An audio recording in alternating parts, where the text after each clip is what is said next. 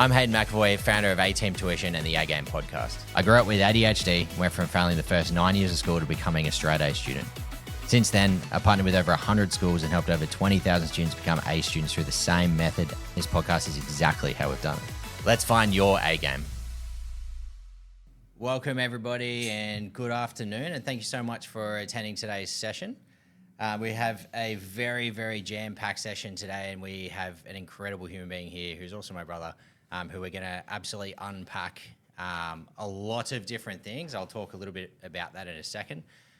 Before I introduce him, I just wanted to touch base on what the purpose of this session is and where we're at. So there was really we wanted to put together a two-part masterclass to set all of you up for success this term, to basically have the best term you've ever had.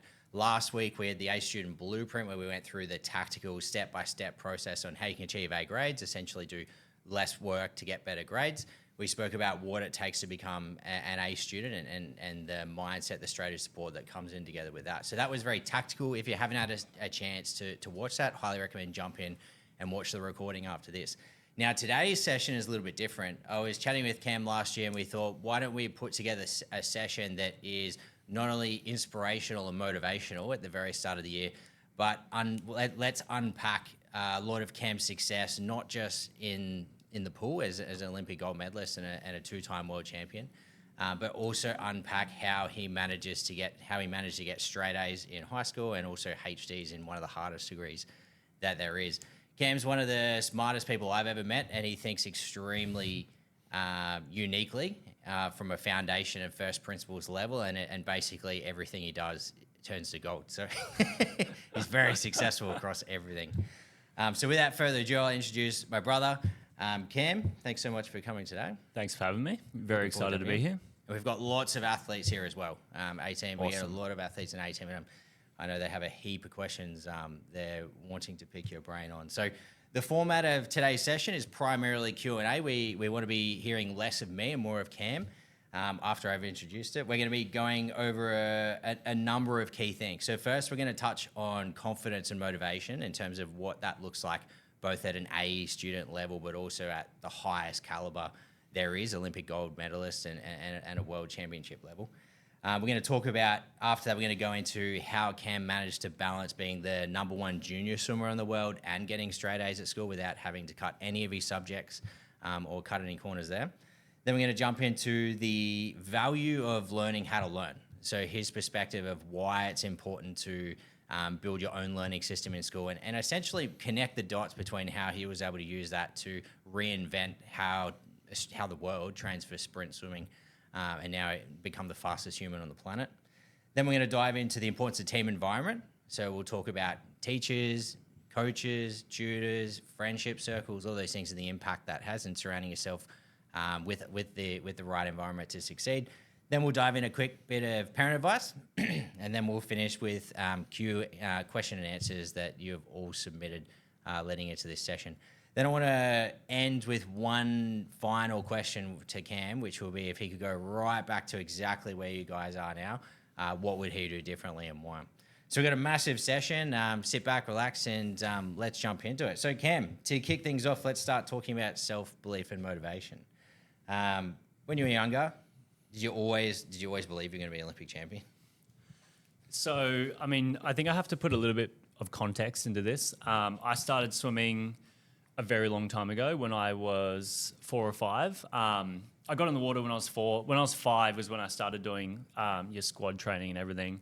Hayden, I think, got second or third age champion in grade 4 in the swimming carnival, the first one we do. And off the back of that, he wanted to go and swim and join a club. And being his younger brother, I just went along with him. I don't think I started immediately, but when I was there, I got pretty bored, like hanging on the side of the pool waiting for him to finish. So eventually I got in, and from there, it just kind of went on from that. And so, bringing that full circle back around, pretty much I got so lost then introducing the thing. What was the question? Did you always think you were going to win the Olympics? Yes. Okay, that's where I was going. So started there. And then we moved to Miami Swimming Club. Right at the start, that's where a lot of Olympic gold medalists were training out of. Grant Hackett, John Rooney, Michael Klim was there for a little bit. Even Michael Phelps came over in 2003 for a little training camp. And so immediately I was surrounded by Olympic gold medalists, world champions, people with world records. And this isn't just like one person coming and getting one medal and that was it. It was every year, it was that level of high performance. The coach, Dennis Cottrell as well, was he created that environment. Being 5, 6, 7, 8, all the way up until I joined that top squad when I was 11, I was surrounded by this stuff. So there was a part of me that really, really wanted to win a gold medal because all of my idols that I spent so much time around on pool deck watching them do what they did were living that out. And I could see, for example, Grant get in the water and train every day, but then the Olympics would roll around and I'd see him on the TV. I'd see him win the gold medals that he got, get the world records that he got. And I really wanted to be that. But simultaneously, I was a tiny kid, like in my age group, I wasn't the biggest, I wasn't the strongest. I could swim pretty good until puberty hit, and then I fell pretty far behind at that point in time. And there was a period where I really thought that the Olympic champion, I guess, caricature or person was separate to who I was, what I could be. And it didn't mean that I stopped trying to go for it. But there was kind of a balance or a simultaneous holding of I would love to live this life out. I would love to do this. I'm going to try as much as I can nonstop to try and make that happen. But also this disconnect from seeing the people who are living it out and looking at myself and having my own, I guess, lack of confidence at that point in time, not really be there. But then fast forward through a very, very long career that has a lot of up and downs. You could easily categorize my career into 4 or 5, I guess, sub careers or mini careers that have been successful and also, I guess, to my standards, very unsuccessful, where I've gone to pretty low lows in terms of performance, in terms of belief in myself, confidence, and what I thought I could do. But despite that, I think the fact that it's been so long, I've been so consistent in showing up, what spawned from that, I would say, is that there existed this pathway that would get me to that Olympic gold medal that I'd always wanted but didn't necessarily initially believe I could get. And eventually it came to the point where all I had to do was keep fighting and consistently show up and try new things, try different things out, break things and see what would happen and put them back together. And at some point, that path would present itself. And once that path was unlocked, all I had to do was follow it down, do the things that I've learnt to do or had learnt to do on a day-to-day basis. I knew how to train hard. I knew how to look after my body. I knew everything like that. Once the path was there for me to kind of plug into and just let the ball roll, it was just a matter of, going down that. And the moment that showed for me was I guess 2022. And basically when that path presented itself, it was simply just showing up. And the more I showed up, the more that confidence snowballed. And it ended up with me behind the blocks in Paris, probably feeling the most confident that I had ever felt at any championship meet. Even when I look at state titles when I was 11, 12, 13, national championships in my teenage years, and then all of the world champs, Commonwealth Games and Olympics that I've been to across my career, I would probably say, the behind the blocks in Paris was definitely my most confident that I'd been. So we've got a lot of students out there that are on their own journey, whether it's sport or school, where they are aiming for, dream grade or to potentially even win an Olympics as well. It sounds like the journey certainly wasn't just always confident, always on. So what advice would you give them in terms of how do you get through and maintain belief in those down periods where you're like punching the brick wall but it won't come down? So for me, the thing that really generated confidence was knowing what I was doing every day and knowing that what I was doing had a solid visible impact in progress towards where I wanted to go. And so I guess there's a meta layer to that. There's a more general version of that. And I'll probably lean into this a lot over this chat. But my natural character, who I am as a person, is I really like to understand things. Hayden touched on it earlier. I like to get to the first principles perspective of what I'm doing and then build from the ground up from there. And so because that's just my natural inclination, that's where I want to be. If I put myself, if you contextualize where I am in the sport, the pivot from just rocking up to a squad, getting in, doing what is written on the board, getting out, no questions asked, not really knowing a lot of the time why you're doing what you're doing. And like the traditional swimming stuff, it's a lot. You have to commit a lot of resources, both in terms of energy, mental capacity, commitment. You have to sacrifice a lot to show up. And me as a person, if I didn't know why I was doing that, then it would almost create a negative flywheel where I'd start to imagine, okay, this is going to get me fast if I'm going to do this, if I'm going to do that. And then I'll get 4 weeks into a certain training block. I'm doing distance swimming. I'm doing this and that. Yet I finish it. I'm training the best I am, but I'm actually racing the worst that I've done all season. And so not having that compass and knowing what I'm committing myself to on an everyday level, 100% threw me about. And so right now, a lot of my approach is basically anytime I show up for training, whatever it may be, in the gym, in the water, literally any time any muscle is activated within my body, I know there's a reason for it. There's a purpose that if I do this, I'm going to take one step forward to this spot that I need to be in. And then once I get there, I can then figure out where I need to go from there. And so for me, 100% is knowing what I'm doing, and the purpose behind what I do. Love it. So you're really able to hold on to that confidence long term by focusing purely on the process, really. Yeah. Letting go of the outcomes, and when the process felt aligned and strategic, then you're able to have confidence that it would come one day. You just didn't really know when. I think there's a lot of value in there for students that are out there that are going, well, how do I get to an A? The best I've ever got is a C or a B. And I think that success leaves clues, and for you out there, that's a huge clue in terms of design the fundamental process of what other things that high performing learners do, and focus, make them the goals as opposed to the grade. Yeah. And it's the idea of specificity too. And I don't think that just applies to sport. I mean, take my physics degree, for example. If my subject's electromagnetism, I could go in and start learning about particle physics, and great, I'll learn some cool stuff, but I'll rock up to my electromagnetism exam and I'm going to know nothing about what's actually going to be taught on the day, because it's not specific to what I'm doing. And in swimming and in training as well, my pivot was moving towards a space that is ultra specific.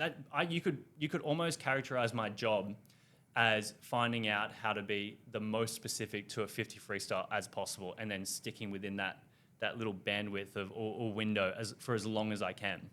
And so pivoting to that in swimming made me it brought me so much further forward than any other path that I've taken so far. Love it. So let's talk on motivation. How do you maintain motivation over years and years and years, and how did you do it in school? So motivation for me definitely has come in waves. My career has been really long. My first year in the Aussie swim team was 2012.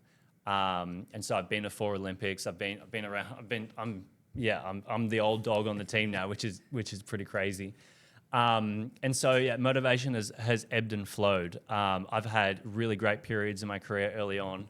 I had definitely between 2017 to the Tokyo Olympics 2021 was a significant challenge in my career, and a lot of motivation was challenged to a degree. But even despite showing up every day to the type of training that I was being exposed to, going to all the competitions that I had on, and despite performing slower and slower every year. I would finish the season at whatever big competition it was. I'd be disappointed, and the motivation would always still be there to pivot, to learn from what I went through, and then try and reconfigure what I'm about to do to fix what I thought might have been the problems in the past. And so, yeah, it's definitely ebbed and flowed. Right now, motivation comes. It's so easy to find in terms of the way I've set everything up. I think, again, that leans into pretty strongly the idea of who I am as a human being, my own character. And I've designed my day-to-day process, my day-to-day training environment, even just life in general, around what excites me naturally without having to step up and move into a space that isn't myself. And so I write all my own swim programs. I work with a lot of people. I've got a pretty big team for strength and conditioning, for mobility, for massage, for biomechanics. You name it, I've got someone for that role. And so writing my own programs, having all these people with their expertise in what they do, I get really excited about coming up with the best block of training continuously from starting the season to the end of the season. And so I just get excited. When a new block rolls around, I started one this week. When a new block rolls around, the motivation is just intrinsically there because I know everything about what I'm going to do. I know the purpose behind it. I know where it's supposed to take me at the end of this block, which is exciting because currently I'm not the person who I want to be in a sense. In 4 weeks' time at the end of this block, hopefully in this particular training cycle, I'm going to finish with more power, more speed in the water. I'm going to be able to do X, Y, and Z that I currently can't do. And so simply just knowing that is to come is always, extremely motivational. So we've got some students here who would be sitting there going, I'd love to achieve this, but I'm just not really sure if I have what it takes. What advice would you give to them right now if they're doubting themselves? I think the best advice for that would be, again, I'm going to lean into this, knowing who you are as a person, knowing that you have some level of potential and that where you are right now, what you're doing right now, you've been drawn to that for a reason. There's parts of you that are intrinsically drawn to let's say whatever sport it is that you're doing right now, even in school, like you have some form of control over the direction you take with the subjects you do. There's intrinsic reasons from your own character that draws you towards that. And with that, there's a level of potential that you are yet to realize and that there are pathways to discover to get yourself to that. And so I would probably say the best form of advice would be to detach yourself from any form of, end result that's relative to anyone outside of yourself and what you want to do. Really step away from that focus on the end result and really step towards into what the process will look like for you as a person, how you operate, how you think, how you engage with the world and engage with what you do. Finding the best pathway for whatever that is and whoever you are, and then just following that with 100% commitment, without looking back, without hesitation, and just seeing how far that takes you. Just that excitement of the unknown of where you could possibly get relative to your own potential. Love it. Let's jump on to a hot topic that for many, many years I've spoken to many students, and we went through it as well, which is, you hit grade 10, 11, and 12, swimming's starting to get serious, or the sport's starting to get serious, you're getting national teams, and that question comes up of, do I sacrifice school to do well in sport, or do I sacrifice my sport to do well in school? Talk us through your story and how you managed to pull off essentially straight A's in some of the hardest subjects and be world number one as a junior. So my story at that time, I mentioned this a little bit earlier, but I didn't hit puberty properly. I was really tiny compared to the guys I raced. I didn't hit that until 14, 15, which was pretty deep into high school at that time. So starting high school, I was actually, from my point of view, on a decline in terms of any potential swimming career that I may have had. I went from winning school national swimming competitions in the end of primary school to struggling to qualify for nationals in the early stages of high school. And so as I was getting into years 10, 11, and 12, I was not only having to juggle, I guess, the increase in workload, the increase in intensity of school, but I was also having to figure out how to get through that plateau of what was happening within my swimming. And I held that idea of wanting to be an Australian swimmer, wanting to go to the Olympics for so long. And it felt like at that time that it was kind of slipping more and more out of my grasp. And so it was difficult in those early years. But again, as time went by and trust in the process, and I was told repeatedly by my coach, by my parents, by Hayden, by pretty much everyone around me that eventually I'll catch up. And so this is a great opportunity to not focus so much on what was happening in terms of the uncontrollables, but to lean into what I could control, and that was I could learn how to train properly. I was told that if I spent this period of time really learning how to train, really learning my body, really learning how to, I guess, endure the hardship of training to improve, by the time I naturally caught up with everyone else, I would have that plus the actual day-to-day process that produces the results in the end. And so that is what ended up happening as I went through the end of high school, years 10, 11, and 12, off the back of some really, really grueling and hard work and long training sessions.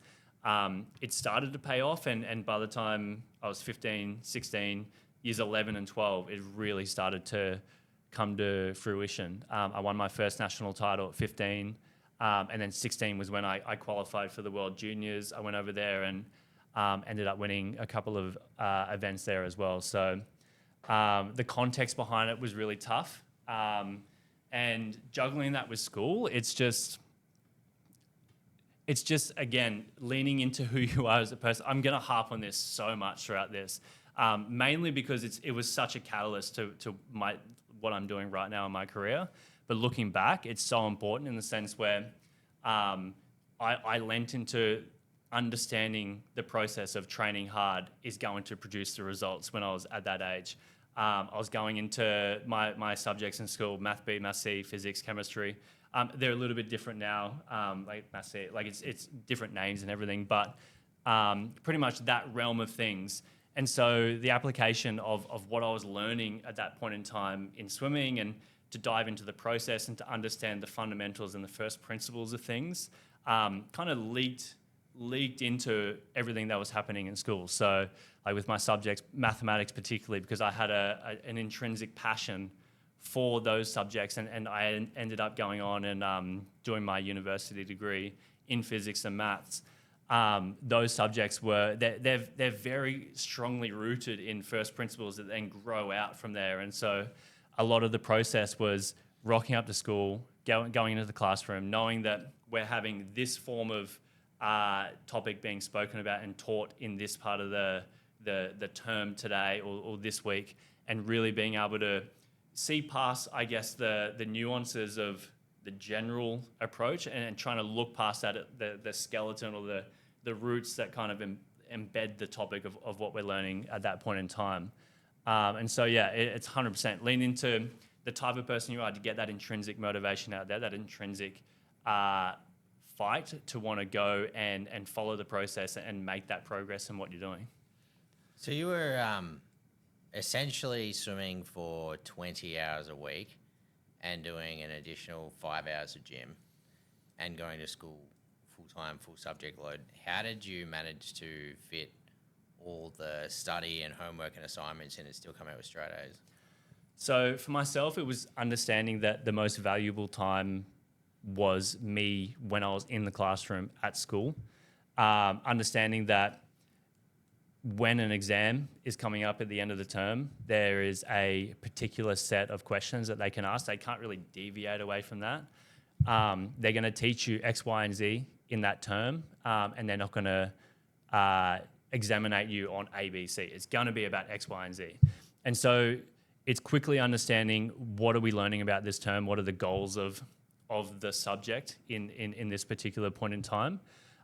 realizing that's going to be the exam at the end of the year, at the end of the term, and then reverse engineering what that's going to be, so that if I know these are the topics that are going to be talked about on the exam, and the teacher, or I go into the class and that's the topic we're learning about for that day, or this particular week is kind of the crux of the term, then my time in that class during that week or during that moment was the most valuable time, because that's when I could absorb as much of as I could while also being time efficient. So if I wasn't, I guess, locked in those moments in the classroom, when I realized that what we're talking about is the crux of what we're doing, I knew that that's going to bite me downstream effectively. Like, I'm going to have to come home from training at 6:30, 7 p.m. and have to dive into books and learn myself. And that's not going to be the best, because I'm going to be coming off 2 swim sessions, a full day of school. I'm not going to have much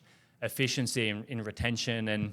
And so basically, yeah, it's understanding that my time is the most valuable in the classroom and being the biggest sponge that I could at that point in time. And then also understanding that there is a certain structure to what you're being taught, and at the end of the term, that's going to be what you're examinated on. And so realizing that and then reverse engineering that, so that you can be aware when this comes towards you on a day-to-day basis, week-to-week basis, while you're in the classroom as the term goes on. That was brilliant. There's so many golden nuggets in that to unpack. Like, first of all, I think there's a concept that they say, like, later in your careers, where they said the time you allow for something, essentially the brain either expands or shortens to make it work. And so I think that's one of the blessings we had of going all in on swimming. It's like, well, if we wanted to do it, we only had X amount of time to do it. And so you were forced by nature to be hyper efficient. And I guess how other people could use that is, if you're an athlete, you could go down that pathway. If you're not, it's just giving yourself the shortest time possible, which is the opposite of what you're told by teachers and what you think. Like, they say 4 hours a day of studying or something crazy. Like, give yourself a short 30-minute session and go, I'm going to get it all done in that. Yeah. And so I think that's the first piece, is being deliberate with your time. The second one that was really valuable that you spoke about was how much value you put in the classroom. And that's what we spoke about in last week's session. Is we've got the study pyramid strategy, which, for those that missed that session, essentially there's 3 layers to a study strategy. The first one is your initial learning, which forms, I'd say, 50% plus of the learning process. Then you've got the short-term memory piece, which is converting the initial learning to understanding and short-term memory. And then you've got the high-level piece, which is converting to long-term memory and practical, usable knowledge. And generally, the strategy is maximize efficiency in class and learning, summarize what you've learnt in your own words, and then practice questions and learn what you got wrong. And you just basically unpack that in terms of you made the most out of the classroom. And so for those that are out there, really look at your classroom as your training grounds. The more you can focus in class, the more you can be completely engaged the whole time, exponentially less work later. And then secondly, you spoke about reverse engineering what's going to be on the exam. I think even just the way you framed that was perfect. You know that this is the topic and that this is the square the questions are going to be in. They're not going to be outside of that. And just by knowing that allows you to go, okay, well, all I need to do is know these things inside out. And essentially the best way to do it is practice questions. Yep. So it's brilliant. You can see the strategy there. I think you're, as knowing you for your whole life, it's also quite obvious that you're a strong oral learner in terms of your ability to be able to listen, focus in, is very strong.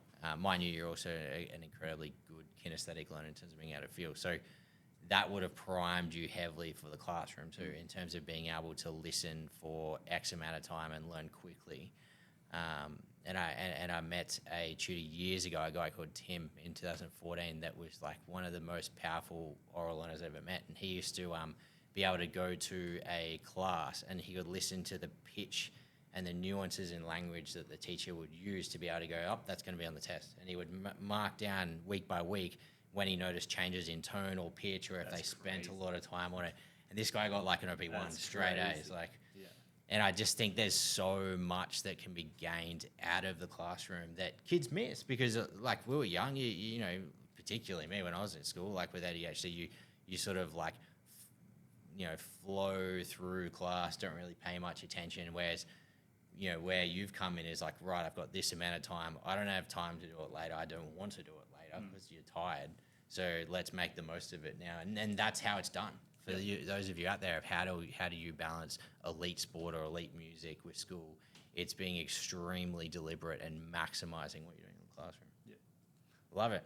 Some really good gold there. One more question on balance. Was there ever a time where you felt extremely overwhelmed, like you just couldn't do it, like something was going to drop? And if there was, how did you handle it? There's definitely a lot of times I felt that within my swimming career.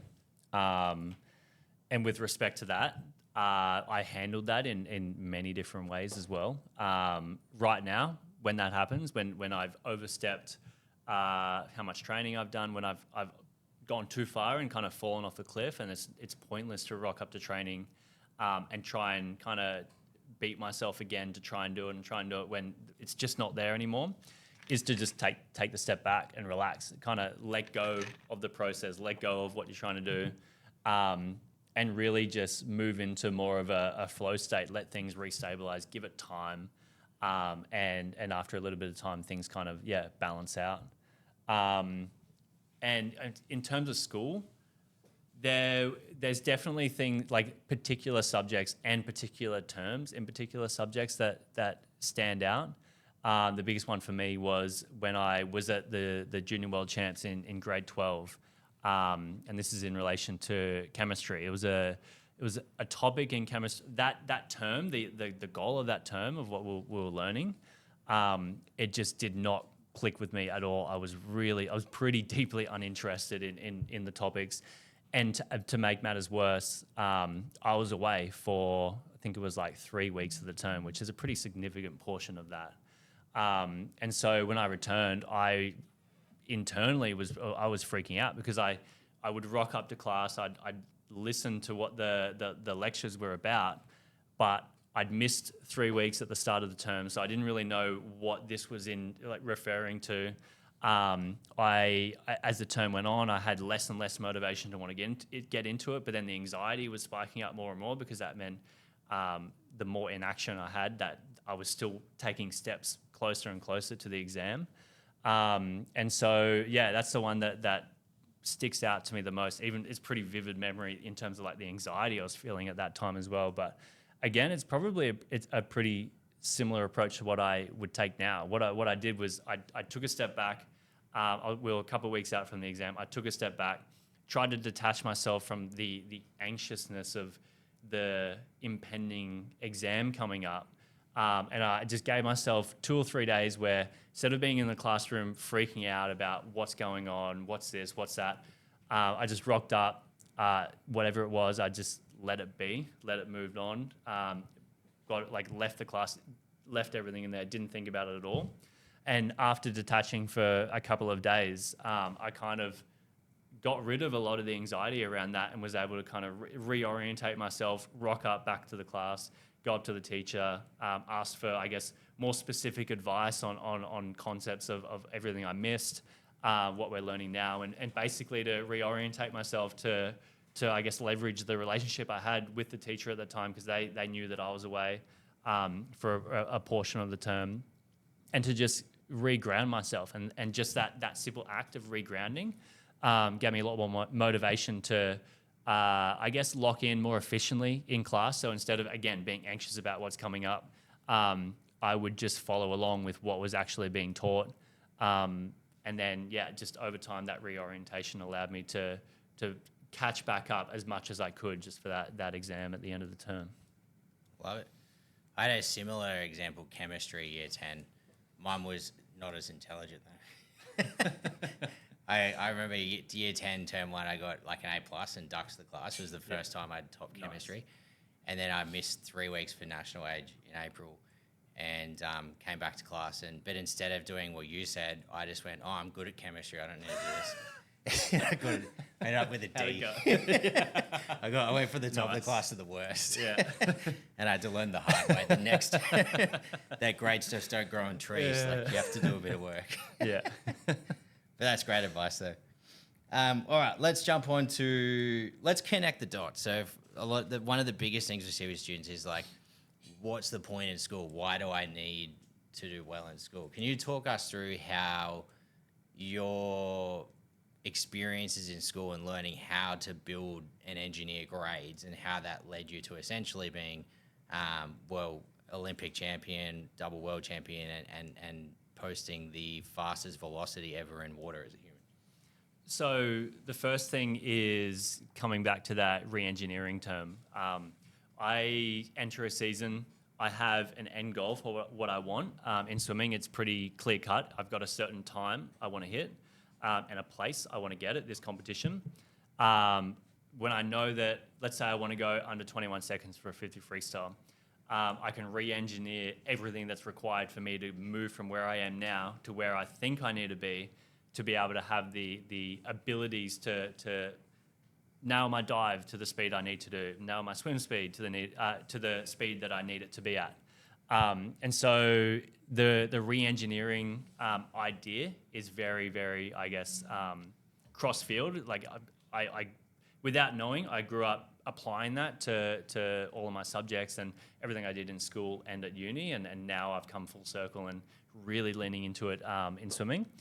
And then the other one, as a more concrete example, my pivot with training moved pretty much from a very high volume traditional type of training to an extremely low volume type of training. But I introduced a lot of gym and strength and conditioning concepts in the water. A lot of my training is done, I'll put a belt around my waist, and as I sprint out, there's a pulley system that would raise a weight. And so basically I'm doing weighted freestyle sprinting. But because it hadn't really been done to this degree ever in the sport, I had no reference point for how much weight is a good amount of weight to sprint at. What should I be aiming for? What time should I be aiming for at each increment of weight? And also how much weight can you add until it's too much weight and then it starts to affect the technique, and so you're training a different technique compared to when you get up behind the blocks and you have no weight around your waist. And so basically my physics and math degree and what I learned through school and university allowed me to come up with this, I guess, experiment, but this testing scenario in the water where I measured my speed and these velocity graphs at different weights, from body weight all the way up to 100 kilograms. And then basically was able to do a little bit of mathematics to convert each, I guess, set of data that came out of each weight to compare my technique with no weight, and then each technique at each different, I guess, increment in weight. And in the end, it basically allowed me to understand or give me a 1 rep max, or like a maximum amount of weight that I could put on. And if I exceed this, then I'm not really training my freestyle that I want to do in a competition. It's too different of a technique. And so the mathematics basically gave me guidelines to how much weight I can use in the water. I know a lot of people around the world have seen what I've done, and then they've just naturally gone, okay, maximum weight equals, that's the best way to progress. And so they'll spend a block just hammering heaps of weight. And they'll come out at the end, they'll be way stronger, generally speaking, but then they'll dive in and do a non-weighted sprint, and their technique has just been absolutely nuked from all the weighted sprinting. So that's been probably the most immediate and useful thing that I've been able to do over the last couple of years as well. It's fascinating too, because I think when you're in school, it's easy to join the dots and look backwards. It's hard to look forward on why things matter, and you can pinpoint a lot of the effort and time that you put into becoming good at maths and physics led to being able to essentially reinvent from first principles how to do it, because you understood the mechanics of it. I've seen similar things, like they talk about Steve Jobs from Apple and how he did calligraphy, and which is like the study of fonts, and how he had no idea why he did it, just enjoyed it. And it wasn't until later when he came back and invented some of the technology he did that he changed the fonts that were used, which made Apple unique and was one of the main things that made them go huge. Yeah. And the subjects we're learning at the time, it's easy to get caught in this rabbit hole of like, oh, I'm learning math to do an exam, English to an assignment, without realizing that understanding math and physics and chemistry and biology explains how the whole world works, and it's skills you'll use later. English teaches you how to communicate, how to lead, how to sell, like how to analyze things. And so I think being able to connect the dots makes it worthwhile to go to school all day and put in an effort and try to get a good grade, because it sets up these skills that accelerate you and compound as time goes on. 100%. Love it. Team culture and relationships. So talk to us a bit more about that high performance team, and then I want you to talk a little bit about your relationship with your teachers at school, because I know that you had a very good working relationship with pretty much all of them. So my current setup is so in swimming, 50 freestyle, it's an individual event. But when we train on a day-to-day basis, we're nested within, I guess, certain shells or umbrellas of teams. So I'm on the swim team, the Australian swim team. I train at the Queensland Academy of Sport. When I'm training at the QAS, when I'm in the gym, it's this massive gym. I'm doing my work alongside discus throwers, speed cyclists, long jumpers, track runners. There's a network of just Olympic sports that are always there, kind of doing their own thing, but simultaneously doing it around everyone. And so I have access to some of the world's best track and field coaches, speed cycling coaches, strength and conditioning coaches. I see on a day-to-day basis what the world's second best ever in history, what the world's second best discus thrower does in gym, and just the ludicrous amount of weight that he can throw around. And so I can lean in on all of this knowledge around me and all of this expertise that I would spend multiple lifetimes trying to accumulate if I were to go do it by myself. And instead of doing that, I can just go walk 10 steps to the strength and conditioning coach over there and just bombard him with questions about things that I want to understand, and I'll get immediate feedback straight away. And then I can integrate that into what I'm doing. And so the team around me is probably it has been the most vital part of accelerating this process of developing this type of swim program and swim training that I've been doing. And so I write my own swim program stuff off the back of leaning on a lot of this expertise. I have someone who works on my strength and conditioning and my mobility work. And we are in constant communication where I'm updating him on what I'm doing in the water and my plans for that. And then he's going to update me on what he wants me to do in the gym. But they also have to coincide with each other, because if they're programmed to not complement each other, then I might go into the gym, do a certain gym session, and then it absolutely destroys me for the swim session that I have the next day, and then I'm not going to swim that great. And so I've got to have this network that's not only up to date with what I'm doing and my vision for where I want to take it. I also have to lean on their expertise to provide the knowledge that I need so that I can kind of do what I need to do. And so outside of that, I've got a massage therapist, I've got physio, I've got a nutritionalist, a biomechanist, a sports scientist, a physiologist. Basically, any type of sports scientist or anything related to sport, there's access to that under the QAS. And so a large part of my job outside of what I do in the water and in the gym is managing all of these relationships and accumulating all of this expertise to then be realized in the form of a couple of strokes in the water. So it's extremely important. It goes a long way. And then coming back to school, a lot of my relationships, particularly with mathematics, Math B, Math C, I had the same teacher for both of them in grades 10, 11, and 12.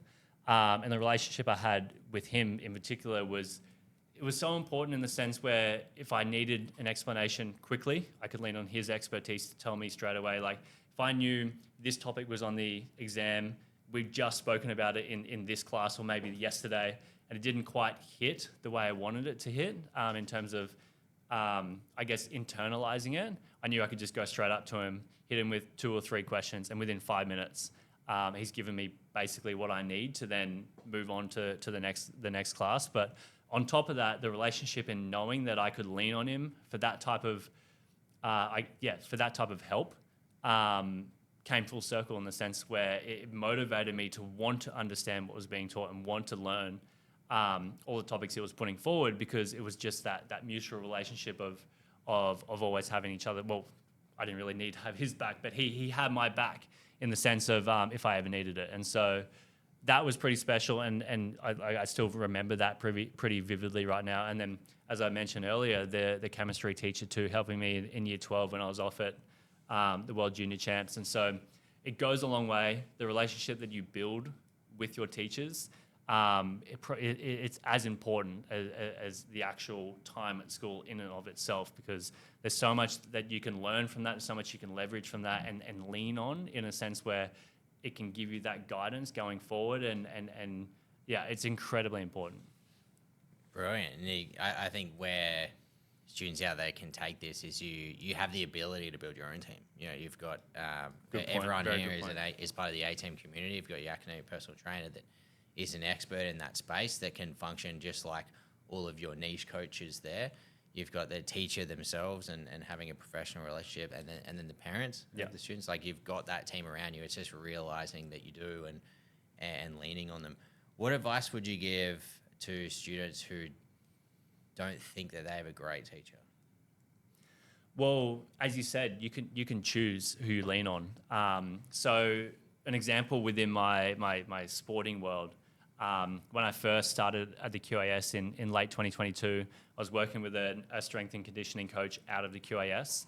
I went through a couple of seasons with him, and then basically realized that it wasn't at the level in which I wanted to work at on a day-to-day basis. And so I had to look for someone else who could fill that role. And typically someone within the QAS, an athlete, would just go to another S&C coach from within that umbrella. But I have full autonomy over who I work with. And so I'm currently doing all of my S&C work with a British guy who basically travels the world teaching what he's giving me in terms of my own programming. And so I just outsource it to this, not a random guy. Like, he's he's the smartest person I've ever come across in this field. But from the context of the QAS, just some random guy that has an appearance online, and that's it. I've met him twice in person, and he's taken me to Olympic gold and World Championship gold. And so you have full autonomy over who you work with. It doesn't have to be within a certain system. It doesn't have to be your particular teacher. There's multiple teachers with that type of expertise that you have within the school. And so, yeah, you can choose who you lean on. So 100%. You just work around it. I think the biggest thing is not just going, oh, I'm not going to do well because I don't get along with my teacher, but making it work. Yeah. Cool. So the last one before we jump into our Q&A, we've got some questions in the chat we'll start with. For parents out there who are watching this going, how can I help support and nurture my child, whether they've got a talent, whether it's in school, in intelligence, in sport, what advice would you give them? And then to finish that off, what do you think one thing that our parents did really well that helped set you up for what you've been able to achieve? So the main bit of advice that I would give is understanding that there's a natural flow to the development of your child. So like, your child might have an elite level talent in their sport. They might be really gifted in what they're doing in terms of on the academic side of things. But that's not all of who they are. Like, you have what they do in their sport, you have what they do at school, but then you have the person that they are. And that person goes through, there's so many things that change as they go through life, from when they're toddlers into young kids, into young teenagers, into adolescent adults. That's constantly changing. And as that shifts, and you have no control over how that shifts and where that shifts towards, but as that changes, that's going to affect how they relate to what they do with their sport, how they relate to what they do at school and with everything they do. And so you have to constantly be updating yourself with where they're at and understanding that they're not static, they're a dynamic, ever-changing person. And so you have to follow that change along. And so, yeah, I basically, again, it comes back to what I've been harping on a lot this time is understanding that there is this intrinsic character or nature to who they are, but then there's this kind of ever-changing dynamic that they're always going through. So you have to meet them where they're at. It's going to be different at each point in time. And so what works at one particular point in time is not going to work in the future. And if you hang on to what worked in the past, you're just going to be bumping. You'll be bumping up on a brick wall or something like that. Like it's just not going to work. So 100%, that's my form of advice. And in terms of what our parents did, I read this earlier, and the one thing that stuck out to me the most was my dad's consistency in facilitating, if that makes sense. So we obviously we couldn't drive until we were much older, and we were swimming for a very long period of time leading up to that. We did a lot of other sports. We did surf life saving on weekends, soccer, heaps of swimming carnivals. And so my dad's consistency to just be up at 4:30, 4:45 to take us to training, take us to an hour and a half away for a surf life saving comp on the sunny coast or some soccer tournament down in Toowoomba or something like that. His consistency to just facilitate what we wanted to do without really overstepping any boundary of forcing you to do it in any particular way. It was more so just, I'll take you to this, and then you go and interact with this surf life saving comp or this soccer tournament or whatever in whatever way that you want to, but I'll help you get there. And so I think that's something that he did really well. And the old, you'll feel better in the water. Oh yeah, yeah. He's sick. We like, copped "Dad, that I'm one sick." as well. No, Yeah. you'll feel better in the water. You're never allowed to miss a section. That's No, also it's true. not. Yeah. It makes you It's tough. another story though. Makes you never like give up. I think as well, like from my mum's perspective too, she just had this like delusional belief in us from a young age. I think that's one of the biggest things we harp on at A-Team is we've got to believe in our students before they believe in themselves. And I think that's one massive piece of advice for parents out there is you need to be the ultimate believer, and with enough time, your child will believe it as well. And it all starts with somebody believing them, particularly with students that have come, say, from places like myself where I was pocketed as like ADHD and on the other end. So let's jump into, we got 10 minutes left. Let's jump into our Q&A. So I believe we've got some questions in the chat here. So we'll kick off with the first one here, Cam, which is how did you manage time and fatigue? Would you say you're the student who understands things in class and needs less time to study outside of class to be able to balance both sport and academic goals? So in high school, I was a little bit inclined that way, but by the time I got to uni and when the physics and math subjects got exponentially harder, that was something that you just couldn't get away with. And so, yeah, I'd say yes and no, and that was something that I was developing my ideas and my process to go through it in high school, and then in university, it was really being forced to refine that into its, I guess, optimal, most efficient form that it could possibly be. But well, like when you're young, like managing fatigue and like our days were, we trained doubles Monday, Tuesday, Thursday, Friday, effectively. So by doubles for non-swimmers, we'd train in the morning and train in the afternoon. So most of our days, 4 out of our 5 school days, was wake up at 4:30, go and train for 2 hours, come home, get your school bag, go to school. You're there until 3 something, you get picked up, you go straight to training again. Then you train from 4 till 6, you get home at 6:30, and that's your day. And it's insane to think about. And if I were to go back and change that particular thing, I'd definitely be like, okay, you don't have to train that much. But hindsight really helps with that. But when you're young, you just seemingly have infinite amount of energy to deal with that type of stuff. So fortunate enough, that was something that I could really lean into. But it definitely caught up with you. Like I remember a lot, but particularly the end of high school, like years 10, 11, and 12. There were days that were almost a write-off at school. Like you'd rock up, you'd be present in the class, but you're not present in the class. Like you have brain fog, you can't really focus. Your eyes are so heavy that you're just wanting to fall asleep in your chair. And so it was difficult. But again, leaning on what Hayden was saying earlier, that meant that there was even less time to the less time that there already was to really be efficient and learn and lock into what I needed to do. And so every time that came around, it was more just like a stronger realization that I can't let the time I'm at school slip away. And it was really just more of a forceful push to pay more attention and maximize my efficiency with everything that I did. Yeah, I agree. I think as well, because there were many times where I remember falling asleep in class when you were so tired. Yeah. Like, I think a lot of it, especially in the off season of swimming, when we're doing those huge miles, is you just have to have more good days than bad days.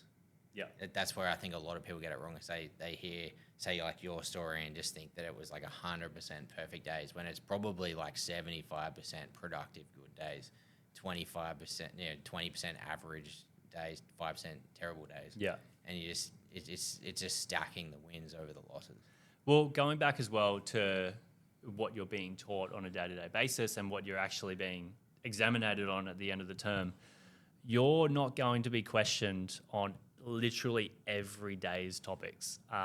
There will be periods where you learn about the same topic for an entire week or 2 weeks or something like that. Or there could be literally 3 or 4 days where you go over stuff that is peripheral to what you're going to be taught at the end of the term. And so coming back to the idea of knowing what is actually going to happen and kind of sitting within the box of what you're being taught and then reverse engineering back from that allows you to not be so stressed when those bad days come along, because you know that not every sentence is needing to be memorized. And so, you can let go a little bit in that sense.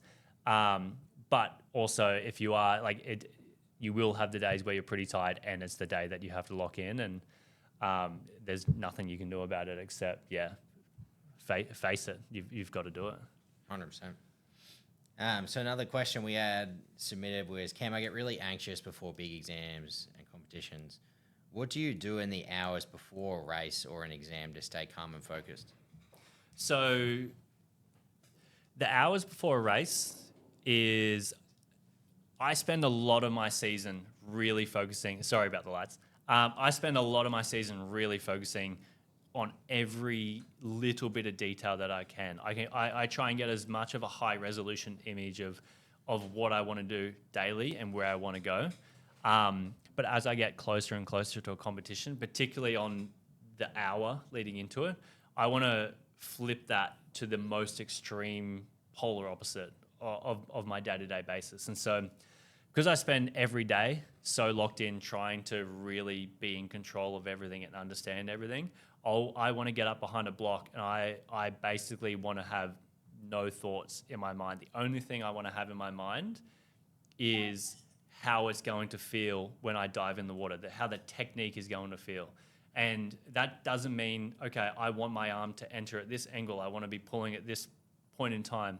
It's simply just there's this feeling within the body that I want to experience, and basically I want to dive in and just observe that happening. And so it's really just letting go, being so consistent in the process leading up to that it gives you the confidence to be able to take that step away or relinquish that level of control at that end point, because you know that things are in place and all you have to do is just let it unfold. 100%. And then what advice would you give to students heading into an exam, the hour before, like in terms of what to do? So again, it would be stepping away from what you can't control. At that point in time, by the time you're about to walk in, you've put in the work, you've put in the hours to study and to learn and to be on top of as much as you can. And so it's really just letting go. You know that within that hour, there's no new content, there's no new topics that you need to be across. You're not going to be surprised or blindsided by something within that short period of time. And so it's really just taking that step back from the need to be in control of every little part of, I need to be on top of this, I need to be on top of that, I need to remember this, I need to remember that. And to just really sit within kind of the basics of it. So with swimming, it was just that feeling of the technique or the unfolding of it. And so going into an exam, particularly for me, I'd go in and instead of sitting there thinking about the exact hyper-specific topics or like subtopics that I needed to be across, it was just going over the general ideas or the very general concepts of what's happening. I'd get into the exam, understand, okay, these questions are basically the crux of those general things, and then I start to kind of flow out from that core idea or those core ideas. Love it. And then finally, if you could go back to year 10 or 11 or 12, what's one thing that you'd do differently and why? So the thing that jumps out to me, and I think this is biased in terms of where I'm at currently right now. Basically, with sport and with high performance sport, you have to be across so many different factors. You have your mind, your psychology, how that unfolds. You have your body and how that operates and works. And there's a certain level of optimization that comes with that. And so, for example, the largest one for me would be something like nutrition. So in years 10, 11, and 12, we were swimming a lot of kilometers. We were doing a heap of work. We were at school all day. We didn't have access to kitchens or free-flowing food. I definitely underate. And so I reckon that has a huge impact on just your general readiness and how efficient you can be, your cognition, your effectiveness to take things in. So yeah, I'd probably go back and optimize like the easy things to fix at that point in time. And then from more of a general point of view, it's definitely getting a more concrete understanding of how I operate as a person, who I am as a person, and how I learn best, and what motivates me intrinsically without having to find artificial things to kind of get me going, because they might only last a day or a week or a term, and then they eventually fade away. But if I could have tapped into something that was just intrinsically me, that could just motivate me almost without any effort, then that would have helped so much. Love it, 100%. Well, we're right on, we're just past 5 o'clock now. So I want to thank everybody for jumping on and being live with us. And I want to thank you, Cam, for being involved. Thanks for having me. Sharing all the secret sauce and the strategies. And hope you guys got some amazing little gems out of that. I think success does leave clues, and that's why I wanted to unpack not only your sports success, but also how that converts into academic success, because high performance is the same science in the end of the day. So thank you so much for coming, and thanks, guys. And let us know if you have any other questions. Feel free to shoot us an email and at Hayden McEvoy at ateamtuition.com. And if it's directed to Cam, we'll get it answered and send it back to you guys. Thanks, guys. Appreciate it.